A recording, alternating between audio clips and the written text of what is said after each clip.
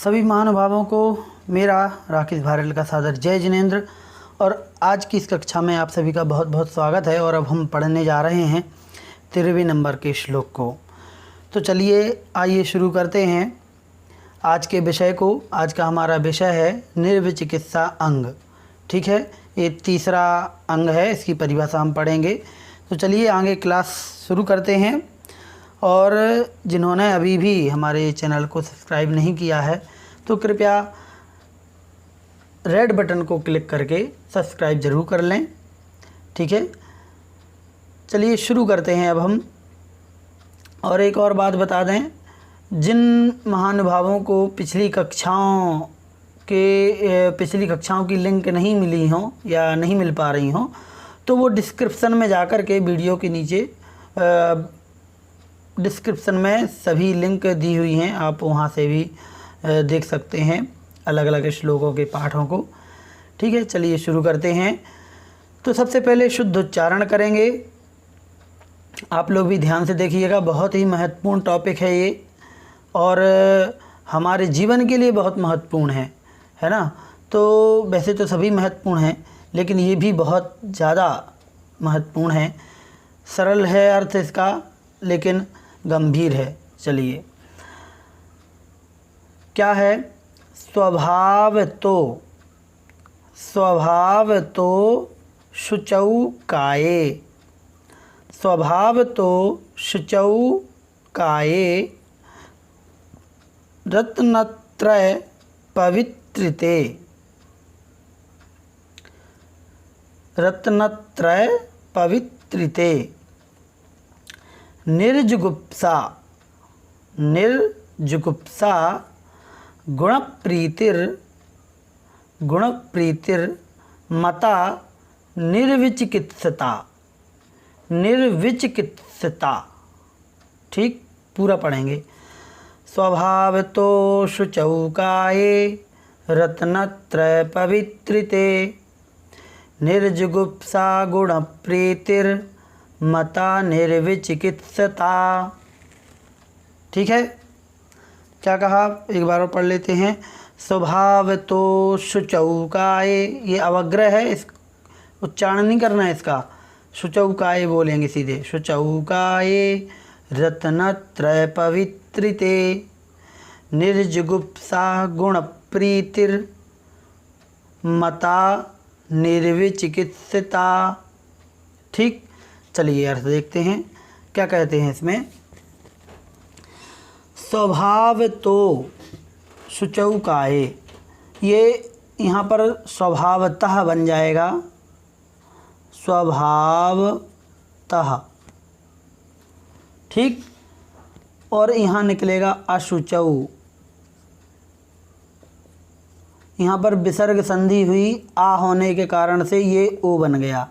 ठीक, और फिर ये आ की जगह पर अवग्रह हो जाता है, ये पूर्व रूप संधि बन जाती है। पहले विसर्ग संधि करके वो बनता है, फिर पूर्व रूप हो जाता है। तो स्वभावतः अशुचौ काये, स्वभाव से अशुचौ, अशुचि मतलब अपवित्र, काये मतलब शरीर में। ठीक, रत्नत्रय पवित्रते, और रत्नत्रय से पवित्र। रत्नत्रय क्या? सम्यक दर्शन,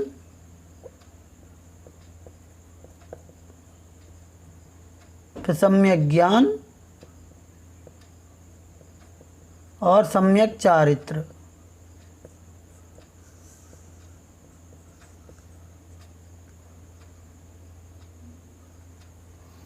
ये हैं तीन रत्नत्रय।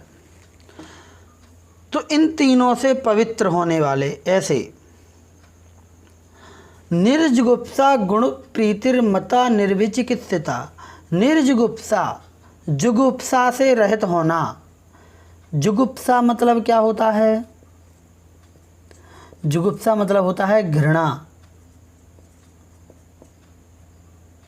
घृणा, ग्लानि करना, और उसमें हमने निरुपसर्ग जोड़ दिया तो हो गया जुगुप्सा से रहित, ग्लानि रहित, जो परिणाम होगा उसे कहेंगे निर्जुगुप्सा। तो घृणा नहीं करना, निर्जुगुप्सा, और गुण प्रीति, गुणों से प्रीति रखना, क्या करना, गुणों से प्रीति मतलब प्रेम रखना, अनुराग रखना गुणों से, उसको मता अर्थात माना गया है। क्या, निर्विचिकित्सता, निर्विचिकित्सता अंग, निर्विचिकित्सा अंग को निर्विचिकित्सता कहा यहाँ पर।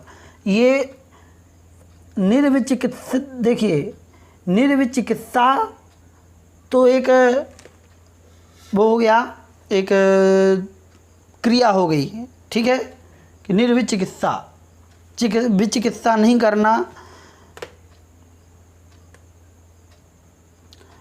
एक बात ध्यान रखना, विचिकित्सा और जुगुप्सा एक ही अर्थ में लिया गया है, ठीक है। जुगुप्सा मतलब भी घृणा होता है और विचिकित्सा मतलब भी घृणा है, गिलानी है। तो जहाँ पर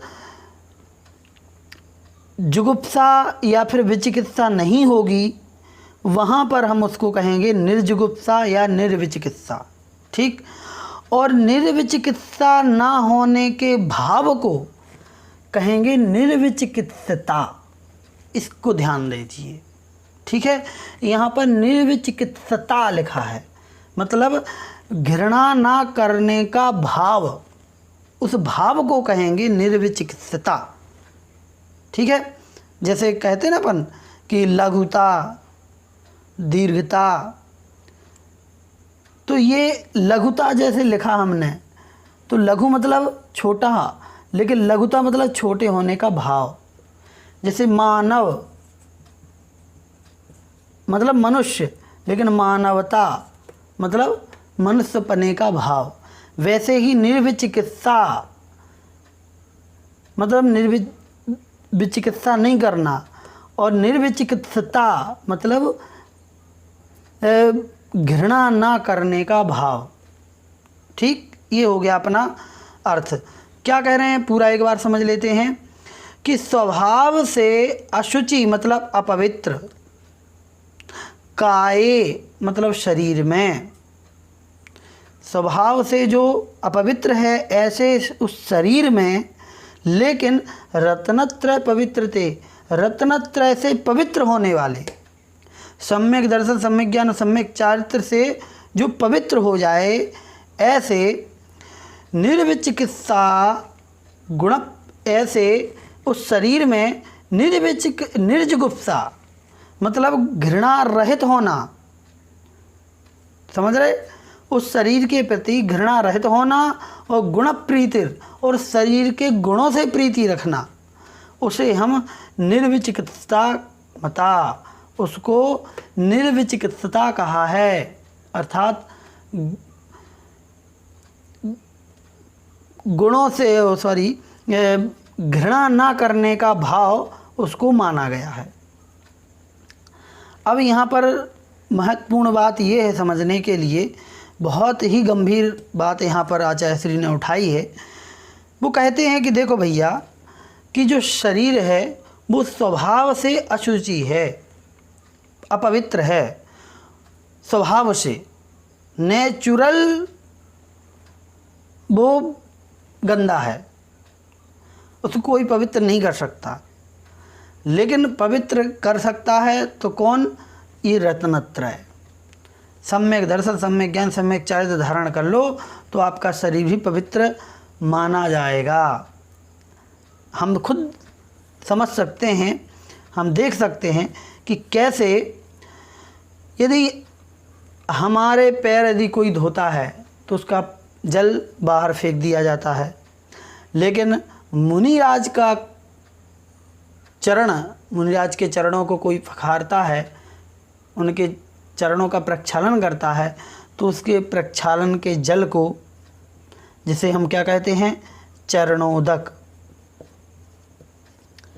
ध्यान रखना, जब मुनिराज के चरणों का प्रक्षालन करते हैं तो उसको चरणोदक कहते हैं, गंधोदक नहीं कहते। और जो भगवान का प्रक्षाल होता है, भगवान का अभिषेक का जो जल होता है, उसको हम कहते हैं गंधोदक। गंधोदक भी नहीं, कई लोग गंधोदक बोलते रहते हैं, है ना। तो गंधोदक है, गंधोदक मतलब गंध धन उदक, चरण धन उदक, उदक मतलब जल। तो जो सुगंधित जल होता है उसको गंधोदक कह दिया, जो चरणों के प्रक्षाल का जो जल है उसको चरणोदक कह दिया। तो हमारे चरणों का जल किसी काम का नहीं, लेकिन मुनिराज के चरणों का जल लोग सिर पर चढ़ाते हैं। क्या अंतर आ गया दोनों में? शरीर तो वही है, औदारिक, वही मलमूत्र, वही नावद्वार, सब कुछ उसी शरीर में है, लेकिन अंतर इतना है क्योंकि उन्होंने रत्नत्रय को धारण कर लिया है, और रत्नत्रय के धारण करने से वह शरीर भी पवित्र माना जाता है। ठीक, तो ऐसे इस स्वभाव से अपवित्र इस शरीर में, जो कि रत्नत्रय से ही पवित्र हो सकता है, ऐसे उस शरीर के प्रति ग्लानि रहित होकर के और गुण प्रीतिर, गुणों से प्रीति रखना, ये निर्विचिकित्सा अंग कहा गया है। अब देखिए, जो सम्यक दृष्टि जीव होगा, देखो इसको, इस क्रिया को, इस चीज़ को अंग के रूप में रखा गया है, क्योंकि जो सम्यक दृष्टि जीव होगा, सम्यक दृष्टि जीव जो होगा, उसको शरीर से कोई लेना देना नहीं है। जिस प्रकार से मुनिराज को अपने शरीर से मतलब नहीं होता और वो उसकी कोई देखभाल नहीं करते हैं, क्योंकि वो जानते हैं शरीर तो नश्वर है, वैसे ही दूसरा सम्यक दृष्टि जीव होगा ना, वो भी उन मुनिराज को देख करके वो उनके शरीर की तरफ ध्यान नहीं देगा, वो शरीर की तरफ नहीं देखेगा, वो देखेगा क्या, उस शरीर में छिपे हुए उस आत्मा के गुणों को, और उन्हीं गुणों से वह प्रीति रखेगा। कौन? सम्यक दृष्टि जीव। तो सम्यक दृष्टि यदि हैं हम, तो हम ग्लानि रहित परिणाम रखते हुए, ग्लानि ना करते हुए और गुणों से प्रीति रखते हुए हम निर्विचिकित्सा अंग को अपने अंदर धारण करेंगे, क्योंकि इस प्रकार के परिणाम को ही निर्विचिकित्सा कहा गया है। ठीक है, तो कहने के लिए तो इसमें बहुत कुछ हो सकता है, ठीक है, क्योंकि हम अपने शरीर को कितना अपवित्र है, फिर भी हम अपवित्र वस्तुओं से ही उसको पवित्र बनाने का प्रयास करते हैं। चाहे किसी भी प्रकार की प्रसाधन सामग्री हो, किसी भी प्रकार का तेल फुलेल परफ्यूम हो, वो कहीं ना कहीं से कम या ज़्यादा हिंसा को लेकर के ही वह निर्मित होता है, और हिंसा से निर्मित ना भी हो तब भी वह प्रसाधन की सामग्रियां दूसरों के मन में राग बढ़ाने का काम करते हैं। तो ऐसे उन सामग्रियों का हमें त्याग करना चाहिए जो हमारे इस घिनावने, इस अपवित्र शरीर को हम ऊपर से ढकने का प्रयास करते हैं जिनसे। और ये भी बहुत महत्वपूर्ण काम है जो इन कार्यों को करता है, अपवित्र वस्तुओं का त्याग करता है, वह स्वयमेव पवित्रता की ओर आगे बढ़ जाता है। तो ऐसे इस शारीरिक पवित्रता को छोड़ कर के आत्मिक पवित्रता का हमें भान होना चाहिए, ज्ञान होना चाहिए, उसी की तरफ हमें आगे बढ़ना चाहिए। तो चलिए आज की इस कक्षा को यहीं समाप्त करते हैं। अगली कक्षा के लिए अगले श्लोक की ओर अगले दिन। जय जिनेंद्र।